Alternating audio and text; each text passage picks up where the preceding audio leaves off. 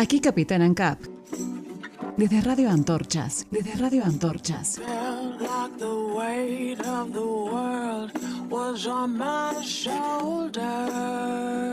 Iniciamos este viaje con ideas y buena música. Me levanto temprano, soy un esclavo libertario que clama clavar en tu alma lo necesario. Falta más amor y con dolor recompensamos. Aquí Capitán ANCAP. El equilibrio fatal de un estado endemoniado. Nos dan deuda para pagar tanto saqueo. Esto no es recreo, reos del regateo. Por favor, tío Adam. Iniciamos este viaje con ideas y buena música. Por favor, tío Hayek, libérame del mal.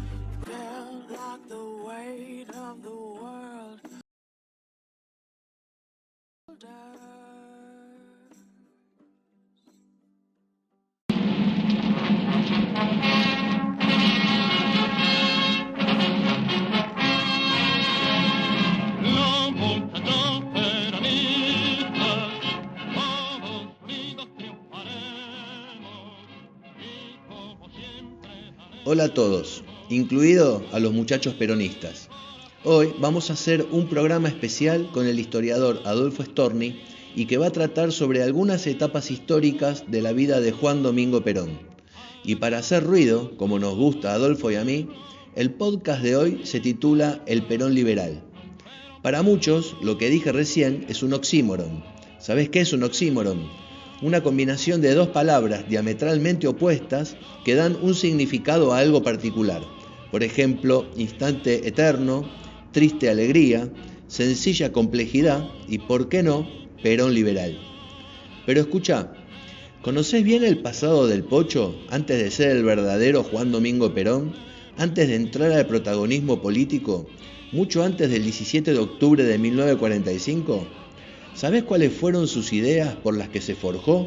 ¿Su juventud? ¿Sus libros leídos cuando arrancaba su carrera política? En este programa te van a explicar por qué Perón tuvo tantas facetas en su vida política. Desde su marcado primer gobierno fascista, autoritario, destructor del movimiento sindical independiente, creador del término déficit fiscal en Argentina, primer emitidor serial de moneda en nuestro país, al segundo gobierno, con un intento aperturista de la economía, no solo la empresa privada nacional, sino las inversiones extranjeras, con datos que capaz es bueno que sepas y que seguro no conozcas. No queremos obligarte a decir por ahí que Perón fue liberal, o que en algún momento de su vida haya visto con buenos ojos esas ideas, pero los datos son datos. Y más allá de que hizo colapsar este país en lo político y social, en lo económico te vas a sorprender de las cosas que dijo y que hizo. Y para arrancar, te paso un documental oficial de la época, de Noticias Argentinas, de cuando vino a visitar nuestro país el hermano del presidente de los Estados Unidos, Eisenhower, y cómo Perón y su gobierno lo recibió con todos los honores que un invitado puede tener. El doctor Eisenhower cumple con su amable visita a tierra argentina. Al llegar al Aeropuerto Nacional de Ezeiza se le brindan los honores militares correspondientes.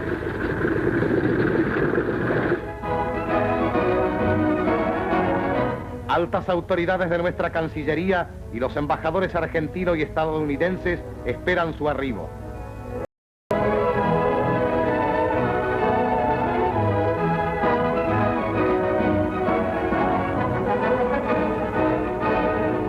Distinguido visitante declarado huésped de honor del gobierno argentino, recibe amistosas demostraciones del público que se ha congregado para testimoniarle sus deseos de la más feliz estada.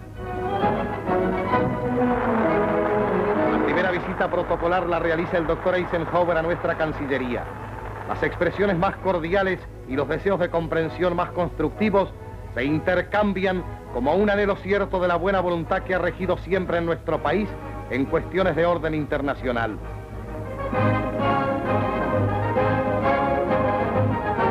Poco después el ilustre visitante acude a la Casa de Gobierno, donde es recibido en audiencia especial con todos los miembros de su comitiva por el general Perón, ministros nacionales y otras altas autoridades. El enviado especial del presidente de los Estados Unidos es agasajado por el general Perón en la residencia presidencial de Olivos con un almuerzo íntimo. Previamente el doctor Eisenhower hace una recorrida por las distintas instalaciones de la quinta, en la que en estos momentos centenares de alumnas de la Unión de Estudiantes Secundarios practican diversos deportes. El ilustre huésped ha podido apreciar a través de tantas efusivas expresiones que en esta tierra, donde se rinde ferviente culto a la paz y a la amistad, es incondicional el deseo común de establecer sobre bases de inalterable firmeza todo lo que contribuya al bienestar y felicidad del pueblo.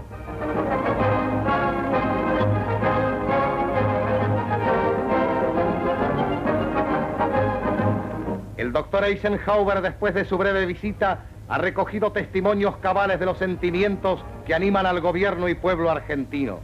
En el momento de su partida, le despide el presidente Perón, que reitera su fe de ver estrechamente unidos en espíritu y en acción a todos los americanos, para que América toda, como Argentina, sea definitivamente libre, justa y soberana.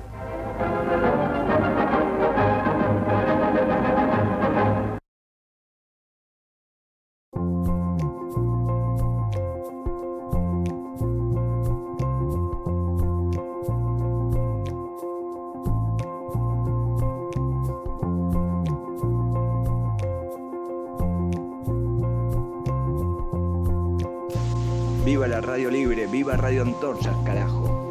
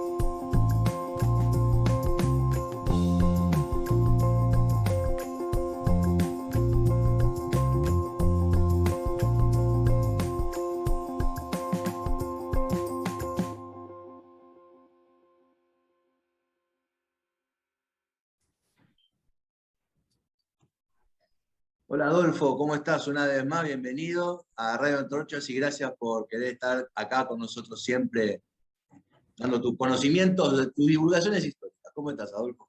¿Cómo estás, Fabián? Todo muy bien, por suerte. Bueno. Siempre polémicos, porque hemos hecho un programa hablando de Marcelo T. de Alvear como el último presidente liberal que tuvo la Argentina. Después fue una sorpresa cuando hablaste de Justo, y ahora el título mata, ya el título garpa, como dicen, por todos lados, ya cuando vean el título van a entrar, aunque sea para ver algo, y se van a terminar enganchando con todo. El Perón liberal, ¿sí?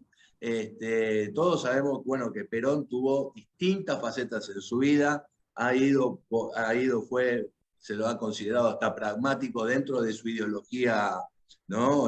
Fija que tenía, bueno, fascistoide, vamos a decirlo, pero tuvo una etapa muy poco conocida y capaz ocultada, ¿no?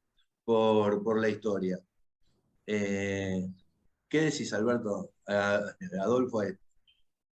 Bueno, mirá, es claro que sí, el título es provocador y de alguna manera para muchos peronistas y no peronistas o antiperonistas puede resultar contradictorio, o sea, provocador, contradictorio y hasta falaz. Pero bueno, yo creo que es importante conocer a las personas, ¿no? Y esas personas dentro de un contexto histórico.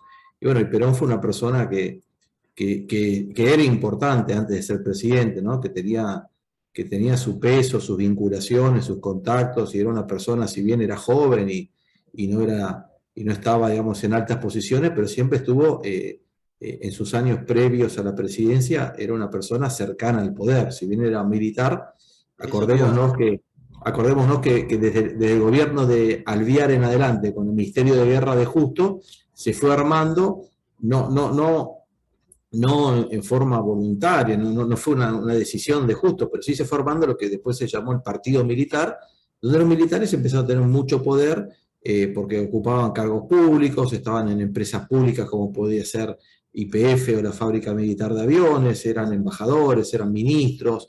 Entonces los militares cada vez fueron ocupando más poder, y Perón aprovechó eso. Si algo era Perón, era pragmático y era oportunista, y de alguna manera él estuvo muy ligado a un personaje que fue central y del cual nos ocupamos hace una semana, que fue Agustín P. Justo, que fue ministro de Guerra y después fue presidente. Fue un hombre muy influyente desde el 22, diría desde antes, porque el gobierno de Irigoyen ya había sido director del colegio militar, pero que tuvo una actuación, digamos, central, casi 25 años, y vemos que Perón siempre fue muy cercano a él, y a varios de sus hombres de confianza, como por ejemplo era muy allegado a los que eran en su momento los coroneles Sarobe y Descalzo, que de hecho Descalzo fue su padrino de boda con su primer mujer antes de Evita, y después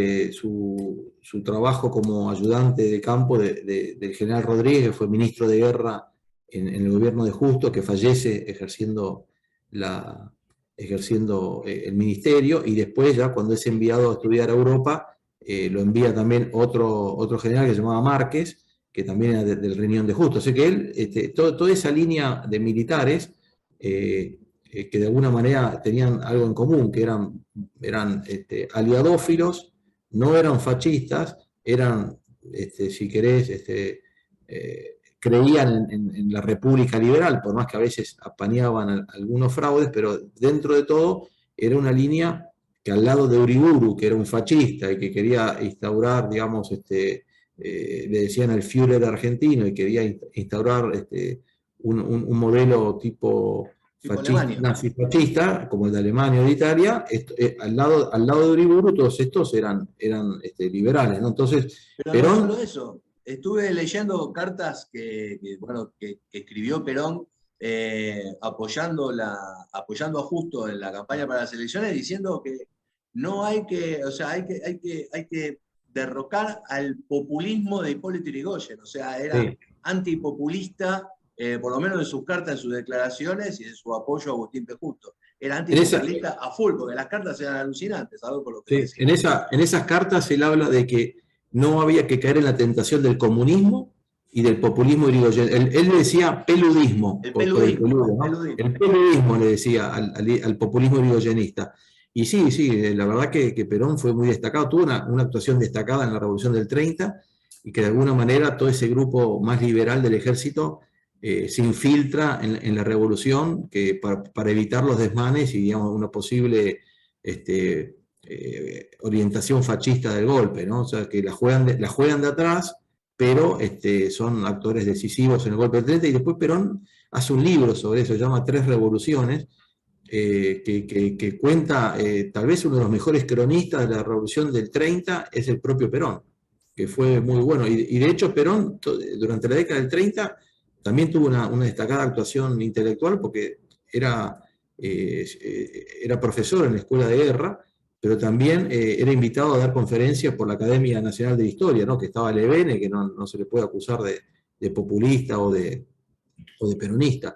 Así que hay toda una trayectoria previa de Perón a lo que fue después sus posiciones en su primer gobierno. Ahora, qué loco, ¿no? Porque se nutrió de eso, o sea, su juventud la pasó dentro de unos libros de corriente liberal, ¿no? Llega él, sus 50 primeros años, podemos decir que estaba dentro de un liberalismo o digamos un conservadurismo liberal, y que estaba tampoco era dominante en la política argentina, pero sí era dominante en el ejército. Los generales de derecha o más nacionalistas empiezan a tener fuerza cuando en el gobierno de Castillo, para sostenerse, porque era un gobierno débil y fraudulento, para sostenerse, hace un acuerdo con estos militares nacionalistas, porque el otro bando del ejército, el ejército liberal, estaba liderado por Justo, que tenía intenciones de ser presidente. La cuestión es que Perón, hasta el fallecimiento de Justo en enero del 43, está dentro de la corriente liberal, que era la corriente mayoritaria. Después, cuando muere Justo y cambia un poco el liderazgo dentro del ejército, y viene toda esa rama más nacionalista, como era, no sé, Farrell, Rawson, Ramírez, y algún otro, Lucero, ¿no? Toda gente que por ahí hoy no dicen nada de esos nombres, pero en su momento era gente muy influyente. La realidad es que Perón se afilia al GOU, que era el Grupo de Oficiales Unidos, que era una logia militar, pero con claras intenciones políticas. Se afilia en febrero del 43, o sea, un mes después de la muerte de Justo. O sea, fíjate vos cómo él se da vuelta y ve que cambia el poder dentro del ejército, y él en esa época era teniente coronel, o sea, ni siquiera estaba en los altos mandos del ejército, pero sabía que si quería seguir ascendiendo dentro del ejército y tener poder, tenía que realinearse, y muerto Justo y quedando tan desprestigiados o con poco poder sus seguidores, él en un golpe de timón se vuelca y empieza a ser un activo participante de la logia. ¿Qué pasó también? ¿Influyó la Segunda Guerra Mundial? Bueno, en la logia, mirá, eso es un tema interesante para una charla, ¿no? Pero hago como un pequeño resumen. Tenía cosas los que integraron la logia tenían cosas en común, pero no eran iguales. Porque tal vez todos tenían, digamos, como algo en común, bastante anti-norteamericanismo. Estaban en contra de Norteamérica. Pero era una postura ya que Argentina lo venía arrastrando desde cuando Roque Sáenz Peña, en el primer Congreso Panamericano en 1889, se plantó frente a Estados Unidos y le dijo: América para la humanidad, no a la unión aduanera, no a cobrar deudas con una invasión armada. O sea, Argentina ya tenía encontronazo con Estados Unidos desde finales del siglo XIX, y te diría que después, si bien hubo algunos acercamientos, hubo visitas, vino Teddy Roosevelt a la Argentina, pero siempre fue una relación tensa, porque en el fondo Argentina con Estados Unidos era competencia. Producíamos lo mismo, los dos atraíamos inmigrantes, los dos atraíamos capitales y los dos exportábamos materias primas. Y Argentina tenía una economía mucho más complementaria con Inglaterra, con Gran Bretaña, mucho más que el propio Estados Unidos. Bueno, y ese círculo o esas relaciones se empiezan a romper en la Primera Guerra, porque allá Estados Unidos tiene un poderío económico importante, pero dentro de Argentina Estados Unidos pasa a ser el principal inversor, superando a Inglaterra, que había quedado con inversiones que iban quedando obsoletas, ¿no? Porque el ferrocarril, que no le hacían muchas inversiones, iba quedando como una inversión obsoleta y era una concesión, o sea que tarde o temprano volvía al Estado Nacional. Entonces, todo ese cambio también fue de alguna manera modificando el rol de Argentina y también el modelo argentino, ¿no? Argentina tuvo durante 50 años el modelo agroexportador, carne, trigo, lino, maíz, y con eso pudo construir un sistema y un bienestar importante dentro, asociado a un mercado mundial. Y bueno, todo eso entra en crisis en la Primera Guerra Mundial, y Perón es testigo y hace muchas observaciones sobre cómo iba cambiando el mundo. Pero lo importante, que más allá de cuál era el pensamiento de Perón antes de ser presidente, que Perón, y se ve después del mismo peronismo, el peronismo no es una ideología. El peronismo es una doctrina, como dicen los peronistas, ¿no? Y más que nada, tan influenciada por el pensamiento militar, que se maneja más en situaciones, tácticas, estrategias, lugares en común, en este contexto que haríamos. O sea, manejan un lenguaje y un pensamiento muy castrense, que bueno, eso después lo llevó a la política. La cuestión es que él se reacomoda de ser uno de los principales oficiales del grupo de Justo. De hecho, mira, yo lo comenté en la charla que hicimos sobre Justo. Se comentaba que si Justo ganaba las elecciones de 1944, su ministro de guerra iba a ser Perón. Sí. Vos fíjate que era un tipo que, y Justo siempre lo protegió y lo vio un distinto, un tipo con una conciencia social que digamos que no era un snob, no era un tipo, no era un elitista, un tipo que tenía inquietudes intelectuales, era profesor, escribía artículos, tenía amigos en la política, en los sindicatos, era una persona, y después obviamente se metió con la farándula, ¿no? Y bueno, de hecho se casa con una estrella artística. Entonces, hay un cambio de esa orientación liberal a una orientación más nacionalista, más populista, y bueno, y de hecho, sus primeros 3 años es la fiesta del populismo, ¿no? O sea, el peronismo... Bueno, sí, vamos a hablar de años, estamos hablando del primer gobierno de Perón. Primer gobierno, 1946. 1952, 1946, 1952. Y el supuesto, el programa que estamos planteando del Perón liberal es sobre el segundo gobierno, ¿sí? Sí, entonces, vamos a hablar del primero ahora, vamos a hablar del primero. Quise decir los números del año. Bien. Para no... Primer parte de su gobierno, 1946, 1947, 1948, Argentina tenía todas las potencias europeas, digamos, que ganaron la guerra, le debían dinero porque les había dado de comer y les habían enviado barcos con carne y cereales durante toda la guerra. O sea, teníamos acreencias con muchos países. Las reservas del Banco Central eran altísimas, estaban llenas de oro y de divisas de otros países. ¿Puede ser la anécdota de que no alcanzaban las bóvedas del Banco Central? Bueno, esa es la anécdota. Esa es una anécdota, bueno. Es una anécdota. No hay registro, no hay foto. No, lo que uno puede, digamos, sí están, son los números de las reservas, y Argentina tenía importantes reservas. Así que Argentina tenía mucho dinero, mucho stock de capital, y el peronismo en el 46, por una serie de medidas, algunas políticas electorales y otras tal vez de estrategia de lectura del mundo, por ejemplo, con lo que nos debían, Inglaterra había declarado la inconvertibilidad de la libra, así que los billetitos no tenían más respaldo de oro, eran papelitos. La cuestión es que Perón se asusta y le cambia toda esa deuda por los ferrocarriles. Que los ferrocarriles ya, digamos, era una concesión, se vencían dentro de poco, y en muchos casos eran obsoletos y ya había problemas de competitividad porque ya había surgido el automóvil, así que no era lo que había sido antes. Y por otro lado, Perón creía que venía una tercera guerra mundial, entonces decía, bueno, más vale encerrarse y empezar a producir, autoabastecerse de todo y no tener tantos lazos con los mercados internacionales porque no voy a poder colocar mi producción.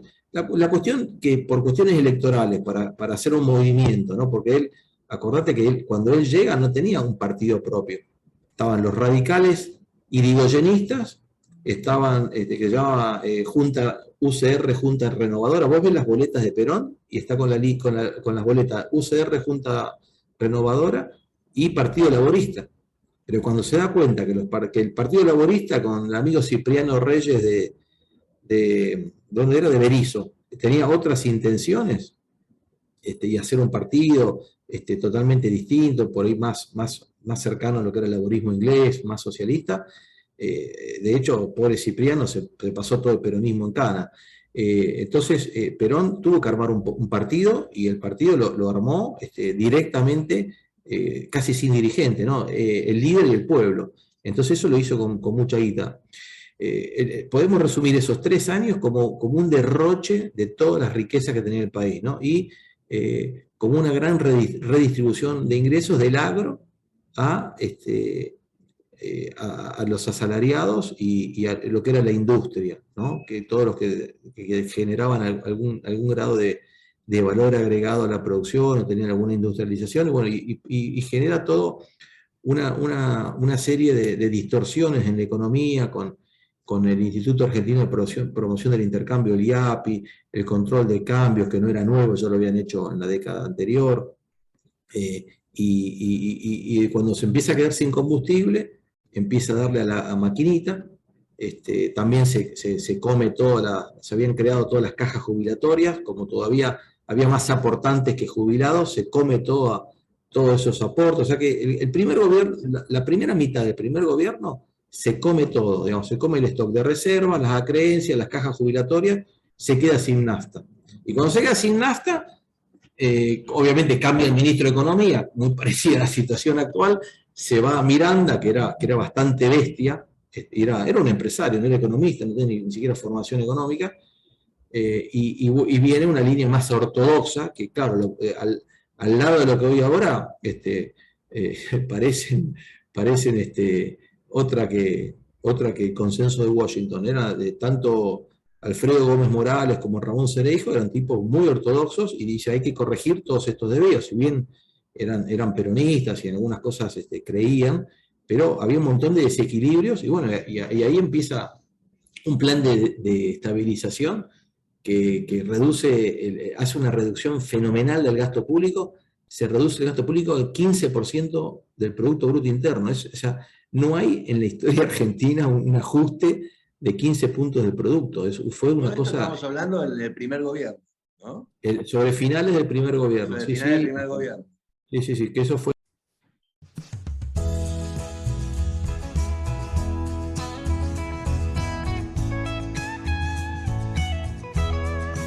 Radio Antorcha y viva la libertad. Gracias.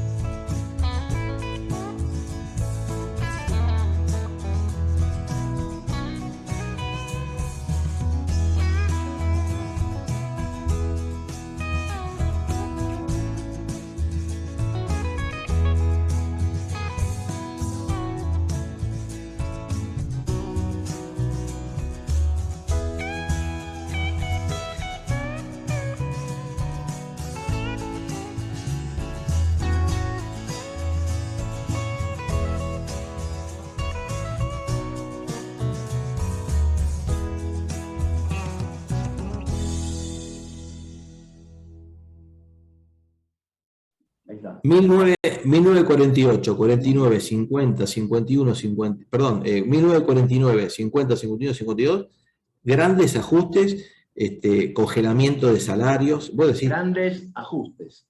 grandes ajustes. 15 puntos del producto, baja el gasto, 15 puntos del producto. Reduce el déficit fiscal, casi que lo deja equilibradas las cuentas. Reduce la emisión monetaria en un 49%. O sea, imagínate lo que era la emisión, que la redujo a la mitad. Autoriza a remitir utilidades a las empresas extranjeras del exterior, que durante la primera parte no lo había hecho. Bueno, congelamiento de salarios. Toda una serie de medidas, pero sumamente drásticas, que no hay mucho... Ella había armado el movimiento nacional justicialista para esa época. Sí, para esa época... Toda la gente, vamos a decir, cooptada, digamos. Ya se habían convertido todos en peronistas. Ya. Sí, para esa época hizo dos cosas. Primero, reformó la Constitución, que le dio mucho más poder. Y segundo, viendo las dificultades que iba a haber, sobre todo el año 52, algo que nadie habla, él adelanta las elecciones, casi un año, porque sabía que si no las tocaba, lo peor de la crisis faltaba y seguramente le iban a pegar una paliza. Y obviamente le vino bárbaro el hecho de que Eva estaba enferma, ¿no es cierto? Todo eso, toda la victimización del candidato, que ya lo vimos después con Cristina, le garpó bastante, ¿no? Pero lo concreto es que por ahí nadie habla de eso, ¿no? O sea, que un peronista adelante de las elecciones porque tiene miedo de perder, viste que parece mentira, pero bueno, esa era la realidad. Y después hay un concepto que lo hemos visto, ¿viste? En las paredes pintadas, ¿no? Me acuerdo que ahí en la General Paz todavía hay unos edificios que eran de los frigoríficos, de la altura de Liniers, el famoso segundo plan quinquenal, ¿no? Que lo hemos estudiado, más que estudiado, lo hemos escuchado mil veces, pero por ahí la gente no sabe lo que es el segundo plan quinquenal. Y es casi una reversión de todos los errores del primer peronismo, ¿no? Que la mayoría de los peronistas lo niegan y lo tapan, y el único que lo hablaba, te diría en forma abierta, y se decía, yo soy un continuador del segundo plan quinquenal, fue Menem. Y viste, las medidas, había que volver a impulsar las exportaciones agropecuarias, había que atraer inversiones extranjeras, la inversión y el ahorro son más importantes que el consumo. Bueno, había un montón de medidas que hoy en día pueden ser liberales o favorables al libre comercio, o lo que había sido Argentina de los gobiernos conservadores. Bueno, todo eso era el segundo plan quinquenal, que viene la Kaiser, que era una automotriz de Estados Unidos, viene Argentina, los contratos petroleros, o sea, los contratos petroleros de Perón fue un antecesor directo de lo que fue Frondizi y Frigerio con la batalla del petróleo. Y de hecho, lo más gracioso... El Kaiser Carabela fue, disculpame que te interrumpa, el Kaiser Carabela fue el primer auto argentino, el primer auto fabricado en Argentina, ¿no? No, el primero fue el justicialista, que era también de la época. El Kaiser Carabela entiendo que es posterior, me parece que... Es un descapotable el justicialista. Sí, y de hecho hay uno que, Presidencia tiene uno, que se ha usado, todavía quedan muy poquitos, pero creo que Presidencia, mira, donde ahora hicieron un shopping, un patio de comidas acá en Avenida Alem, en Capital, hicieron la cochera presidencial, y había todo, desde los Cadillacs hasta pasando por el justicialista, ¿no? El Kaiser Carabela, había muchos autos de colección ahí en esa cochera.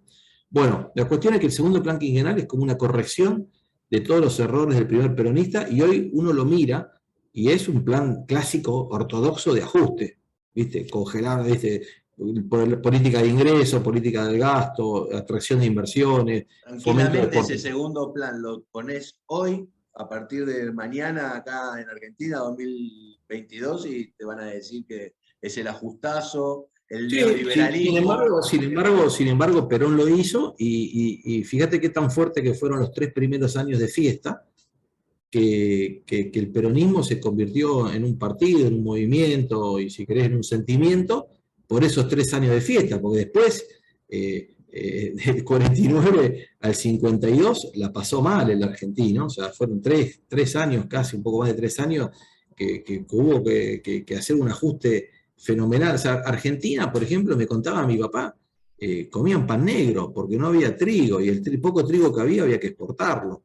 Y comían pan negro de harinas hechas con centeno, con cualquier otra cosa que se podía, con mijo, no sé con qué harían la harina en esa época, pero Argentina tuvo que hacer un ajuste fenomenal y ya los últimos 3 años del peronismo, ya con estas medidas ciertas en funcionamiento, 53, 54, 55, la economía argentina vuelve a crecer. Vos tenés como tres peronismos, ¿no? O sea, tres ciclos económicos. Uno de auge fomentado por el gasto público y la redistribución del ingreso y el descontrol total y, bueno, apropiarse de la renta agropecuaria porque los precios estaban por el cielo. Entonces, como gana mucha guita el campo, vamos a manotearle la renta, muy parecido a lo que hacen ahora, no nada nuevo. Pero después el mundo se fue acomodando y los precios bajaron y hubo otros conflictos bélicos y otro reacomodamiento geopolítico, y bueno, Argentina ahí quedó medio descolocada y toda su producción se agotó porque no hubo inversiones y no hubo rentabilidad en esos años del primer peronismo, y la producción agropecuaria, que era la única que exportaba, empezó a caer, y toda la industria que se desarrolló era una industria deficitaria en sus insumos porque teníamos que importar petróleo, importar acero, importar, digamos, un montón de insumos, y Argentina tiene una de las clásicas crisis de balance de pago, que es lo que hace eclosionar la economía. Bueno, y Argentina tiene años muy malos, 50, 51, 52, muy malos, que después, con todas estas medidas del segundo plan quinquenal, empieza a revertirlo. Vale la pena... Digamos entonces que el primer gobierno fue netamente populista, Totalmente. estatista, el típico peronismo, y el segundo gobierno, que después, bueno, ya sabemos que terminó, no pudo terminar su mandato, no pudo terminar ese plan quinquenal tampoco, le quiso dar un corte un poquito más de libertad a todo. Ahora, la pregunta que te quiero hacer, ¿qué pasó con los sindicatos durante el primer gobierno de Perón y el segundo gobierno de Perón? Bueno, fíjate que ya sobre el final de su mandato, en el 54, convoca el Congreso de la Productividad, porque él veía que había 3 problemas en el mundo laboral. Uno era el ausentismo, otro era el trabajo de las comisiones sindicales que se la pasaban, digamos, vagancia, y el otro tema era que los empresarios no podían lograr que los empleados tengan polivalencia, ¿no? Que puedan desempeñar distintas tareas, ¿no? Eran muy específicos los convenios laborales. La cuestión es que Perón quiere modificar esto y quiere darle más dinamismo y, digamos, quiere hacer como una flexibilización laboral desde el Estado, y los sindicatos se lo boicotearon. Entonces, cada vez que se juntaban sindicatos con empleadores, le echaban siempre le tiraban, cuando hablaban de ausentismo, los sindicatos decían, no, pero el problema es que hay que invertir más en salud, porque los empleados están enfermos. Cuando hablaban de productividad, y no, ¿sabes qué? Hay que aumentar la inversión y traer más máquinas porque el empleado no puede reemplazar una máquina. O sea, siempre le revertían el argumento, y la cuestión es que ese Congreso fracasa, pero Perón vio los límites de ese sindicalismo que se había aburguesado. De hecho, fíjate que Perón nunca les dio el manejo de las obras sociales a los sindicatos. El que lo hace es Onganía, ¿no? Tremendo error, porque hoy, digamos, el sindicato te puede o no gustar, pero cumple un rol, y un rol necesario en una democracia y en el capitalismo. El sindicalismo es importante, pero cuando el sindicalismo se transforma en empresario, y digamos que en vez de defender al trabajador se dedica a defender sus propios negocios, bueno, es se muy tergiversa. perverso, porque está ese doble juego de decir que está defendiendo al trabajador, pero a la vez es un empresario que está manejando una caja multimillonaria. Y fíjate, cada vez tienen menos los sindicatos cada vez tienen menos afiliados por todo este castigo que se ha hecho al trabajador, ¿no? Bueno, en esa época Perón era consciente de los límites, porque el sindicalismo él lo ayuda a construir su partido político, su movimiento, pero después los sindicalistas empezaron a tener demasiado poder, y muchos eran diputados y, bueno, tenían cargos públicos o eran cargos electivos, ¿no? Se transforman en políticos. ¿No? Porque él había creado la CGT, él había unificado para su lado todo el movimiento obrero y después se le terminaron un poco tirando en contra en el segundo gobierno. Capaz era justamente por las medidas que quería implementar en este famoso segundo plan quinquenal. Sí, de hecho, fíjate que también hay que ver el contexto político, ¿no? Volvamos a los contratos petroleros. Perón fue bastante, digamos, en muchas medidas, y estaba convencido, bastante autoritario y no pasaba tal vez por el Congreso en muchas medidas que fue tomando. Sin embargo, los contratos petroleros los manda el Congreso. Y lo paradójico es que toda la oposición prácticamente, los radicales y con Frondizi a la cabeza, los nacionalistas, la derecha, todo el mundo se opuso, ¿no? Porque decía una concesión que era como de media provincia de Santa Cruz y con una concesión a 40 años donde la mitad de las utilidades quedaba para el Estado, pero la otra mitad no, podían remitir el porcentaje, le pagaban el precio internacional. Vos fíjate, ¿no? Gente que muchas veces dice, bueno, pero el peronismo no cree en el mercado. Sin embargo, cuando tú tienes que ponerle precio al petróleo, toman como referencia el petróleo de Texas. No ponen un barril criollo. Entonces, había un pragmatismo y un realismo en ese Perón del final, que obviamente también hay que ver el contexto, ¿no? O sea, el radicalismo estaba bien a la izquierda y era estatista, y era tan o más estatista que el peronismo, y el resto de los partidos prácticamente que no tenía representación, no existía. Entonces, parece como que en esa época Perón estaba más adelantado políticamente, digamos, era mucho más pragmático y había desarmado toda su construcción política y su forma de gobernar, que fue el 46, 47, 48, porque se dio cuenta que ese modelo, él había quemado ya las reservas y tenía que volver a crear riqueza, y la única forma de crear riqueza era con inversión, con un mercado laboral distinto y obviamente con inversiones extranjeras, ¿no? Y reducir ese déficit que había en la cuenta corriente, porque Argentina importaba la mitad del petróleo que consumía, importaba un montón de cosas, a pesar de que la economía era bastante cerrada, pero no es que importaba bienes de consumo, importaba insumos, ¿no? Bienes intermedios que vos no necesitas para mover la economía en otros aspectos. Así que es muy contradictorio y es una etapa muy poco estudiada, y obviamente el peronismo reniega, porque el peronismo se queda solamente con los 3 primeros años, que fue una fiesta del derroche y el despilfarro, o se queda con la reivindicación de la violencia setentista. O sea, hoy los dos peronismos que nosotros conocemos es los 3 primeros años, descontrol, y los años de la década del 70, la violencia armada, la juventud maravillosa, la patria socialista, hasta que después se echó de la plaza, ojo. Evita Montonera y todo ese folclore, que el propio Perón, digamos, termina echando de la plaza, y el que termina ordenando la represión, legal, ilegal, pero el que ordena la aniquilación es el propio Perón, el que manda a aniquilar la guerrilla, que era, digamos, lo que había que hacer en su momento. Sí. Así que creo que de alguna manera el objetivo de esta charla está cumplido, porque bueno, hemos puesto un poco de luz sobre un personaje muy contradictorio. Yo tengo una pregunta, tengo una duda, bueno, para que vos me la cuentes. ¿Qué era el famoso 50-50 que siempre proponía Perón? No, eso tuvo... ¿O es una canción más como... No, eso más bien de la década del 70, que decía que la participación del trabajo en el ingreso era del 50%.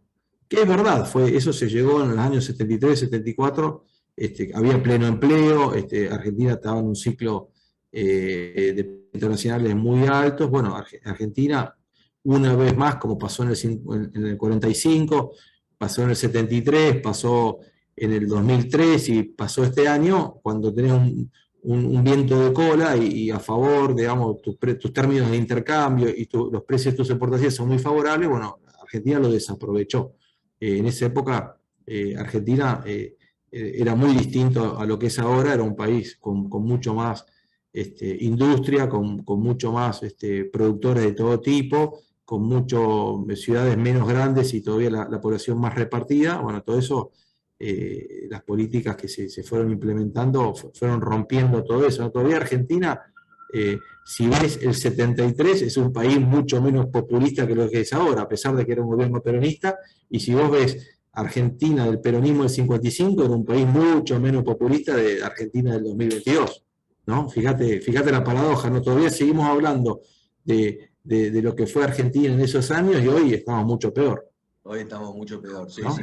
El propio Perón dijo, no es que yo haya sido bueno, pero los que vinieron después fueron peores, ¿no? En eso estoy totalmente de acuerdo. Y nadie me puede decir a mí que soy peronista, ni mucho menos, ¿no? Todos saben lo que pienso y cuál es mi filosofía, mi tradición política, pero creo que en esas cosas Perón tenía razón, ¿no? Perón, como fue Roca, como fue Rosas, como fue Irigoyen, eran muy conocedores del pueblo argentino, ¿no? Entonces esos virajes, él decía que hay que ir con la marea, decía Perón, ¿no? Entonces, bueno, cuando el mundo iba hacia el estatismo, nacionalismo, él seguía la marea, después hacia liberales, y Perón después había que hacerse medio zurdo, y Perón iba con la marea. La verdad que la constante de su accionar político es ir con la marea, porque ¿cuántos Perón hay? O sea, el peronismo engloba todo. Hay peronistas conservadores, liberales, socialistas, trotskistas, populistas, montoneros, y todos tienen el cartelito de peronismo, sin embargo, no tienen ahora, algunos son unos aprovechadores. Yo considero que toda la gente que está en estos momentos en el gobierno no conocen, no leyeron, o se hacen los otarios y no hablan nada de lo que estuviste comentando hoy. Sí, yo creo que te digan ellos hoy, que te cuenten ellos ahora, el video que pasamos recién con la llegada de Eisenhower a Argentina, del hermano de Eisenhower. Lo recibieron con todos los honores. ¿No era casi similar a cuando vino Bush, que lo recibió Menem? Que lo criticaban a Menem porque lo recibió con honores, con todos los honores que puede haber en Argentina, y pasó lo mismo con Eisenhower, ¿o no?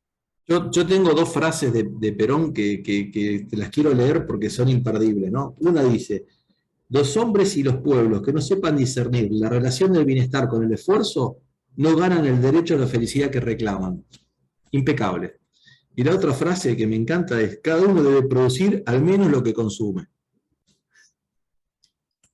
Vos fijate, ¿no? O sea, de populista no tiene nada esas dos frases, ¿no? Y él era consciente, él siempre creo que fue consciente del monstruo que creó, ¿no? Que se le fue la mano.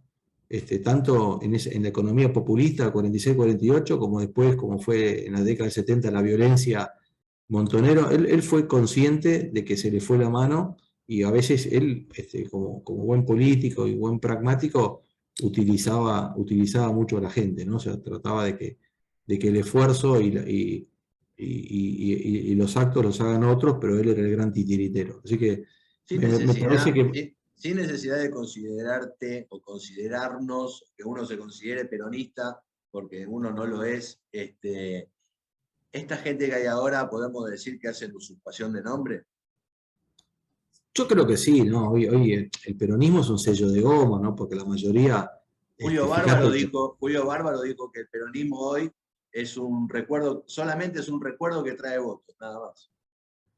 Ya ni siquiera, ¿me entendés? Porque hoy con la boleta del peronismo, con el escudo y la cara de Evita, no se gana una elección, ¿no? También hay que gestionar y más que promesas, ¿viste? A veces es un poco de trayectoria. Hoy el peronismo en los últimos años, obviamente ya muerto Perón, es un partido del poder, ¿no? Donde juntan, hay una resaca donde se meten todos, ¿no? O sea, todo el mundo les gusta jugar a ganador, y bueno, hoy el que tiene ambición política, lo más fácil es meterse en el partido peronista, ¿no? Porque sabés que el justicialismo es muy generoso, y en la política argentina en general no abundan los talentos. Entonces, digamos, si vos querés hacer política, y bueno, mirá, el camino menos arduo es el partido justicialista. Después, los otros partidos es mucho más difícil llegar. Me parece que es más fácil llegar dentro del peronismo, y hoy dentro del peronismo tenés a sindicalistas, tenés a marxistas, tenés a trotskistas, tenés a populistas, conservadores, radicales, liberales, hay de todo. Hoy el PJ es un rejunte de todo tipo de gente, ¿no? Porque es un partido de poder. Los últimos años se transformó en un partido de poder, pero también es un partido que se aburguesó. y obviamente todos los muchachos, sobre todo los jóvenes, y los que están ligados a la cámpora, ¿no? O sea, hoy nadie quiere tomar un fusil o ir a dar clases particulares en la villa, ¿no? Todo lo que quieren es tener un piso en Puerto Madero y un Audi, ¿no? O sea, no hoy hacen patria, ¿no es cierto? Tomando vacaciones en Miami, no yendo a dar clases particulares o a adoctrinar, tocar el timbre en una villa, ¿no? Entonces, esa mística que tuvo el peronismo de incorporar a muchos actores económicos, sociales en la política y darle un lugar de pertenencia, ¿no? Y digamos, Perón decía, la única clase de hombres son los trabajadores, ¿no? O sea, si hay algo que yo rescato era el fomento del trabajo, ¿no? Y si bien Perón en algunos momentos pudo parecer antipatronal o anticapitalista, él mismo se da cuenta después y dice, no, yo lo que quería de alguna manera era atacar los abusos, ¿no? y el maltrato en algunas empresas, pero de ninguna manera yo soy anticapitalista, ¿no? Y él lo pone por escrito, hay varios discursos de él donde él dice, nosotros vinimos a salvar al capitalismo del comunismo, ¿no? O sea, cuando yo llegué... Bueno, Adolfo se cortó, pero acá estamos, y para despedirnos y, bueno, agradecerte la presencia, siempre es lindo escucharte y, bueno, todo tu conocimiento, ¿no? Todo lo que nos estás diciendo programa tras programa, Adolfo. Bueno, siempre un placer para mí estas charlas contigo, Fabián, y me parece que lo bueno es tocar estos temas olvidados o polémicos y generar discusión y nuevas miradas sobre temas que están olvidados, pero que todavía siguen vigentes, ¿no? O sea, yo creo que si Perón resucita y ve todas las cosas que se han cometido en su nombre, la verdad que no se muere de nuevo. Sí, se muere de nuevo. No tendría ganas de resucitar, por más que se lo prometa. Las cosas que dijeron mis viejos, mis abuelos sobre el gobierno de Perón fueron tremendas y todas fueron reales.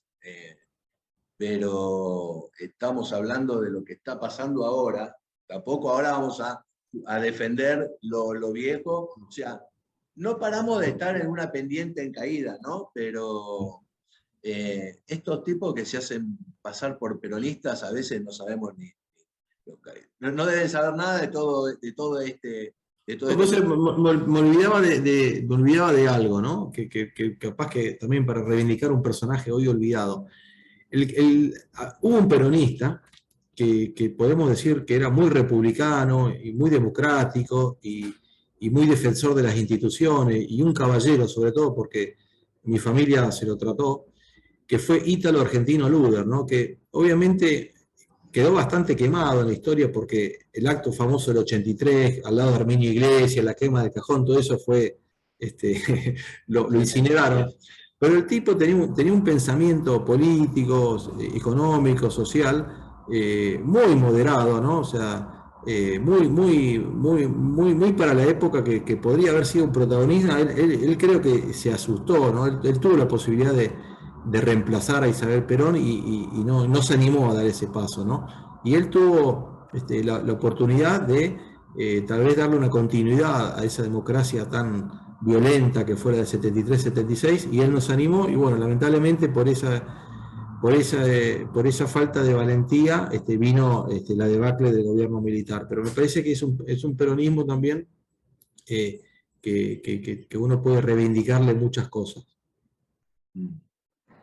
Adolfo, bueno, gracias. Nos vemos en otro programa y bueno, espero que haya sido de tu agrado esta conversación. Espero que les guste a los oyentes del programa. Gracias, bueno, Fabián. Nos vemos en otra, dale. Dale, gracias. Te mando un abrazo. Chao, chao.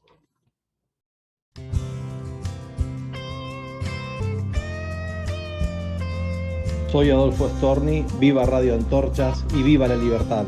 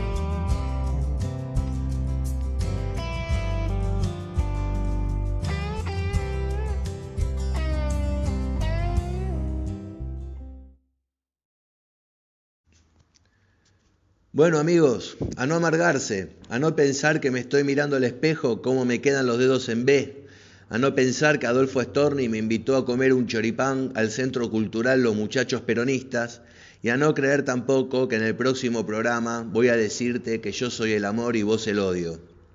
Pero la historia tiene hechos que no se pueden ignorar, y si bien cada vez que algo sucede es recomendable esperar un tiempo para conocer las consecuencias, también es bueno mirar para atrás para darnos cuenta de lo que está pasando hoy. Digo esto porque, ¿qué está pasando hoy? Según mi opinión, no solo que estamos frente al peor gobierno de la historia, sino que además estos peronistas que tenemos en el gobierno, funcionarios, políticos, legisladores, etc., habría que denunciarlos por usurpación de nombre. No porque yo esté defendiendo al peronismo. De hecho, el peronismo se puede defender solo y ni me interesa defenderlo tampoco. Sino que estos kirchneristas, marxistas que se apoderaron del poder, pro Agenda 2030, si quieren llamarse peronistas, tendrían que leer a Perón y después darse un baño de sinceridad. La hoz y el martillo se les nota en cada paso que dan y en cada palabra que pronuncian. De cualquier manera, amigos, necesitamos que escriban sus comentarios debajo del video para saber su opinión y suscribirse a nuestro canal Radio Antorchas, que para nosotros es un placer ver cómo crece nuestro canal de seguidores. Hombres y mujeres libres, es un verdadero honor hacer este programa y sembremos entre todos las semillas de las ideas libertarias. Pasen una buena semana, cuídense y viva la libertad.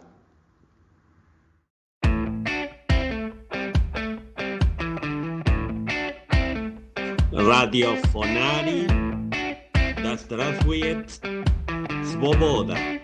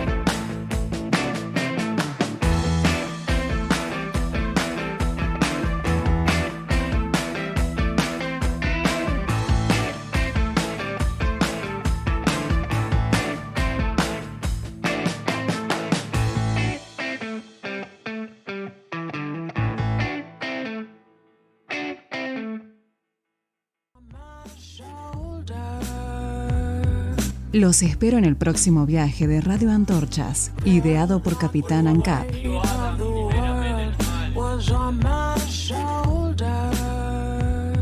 Por favor, tío Hayek, libérame. Ideado por Capitán ANCAP.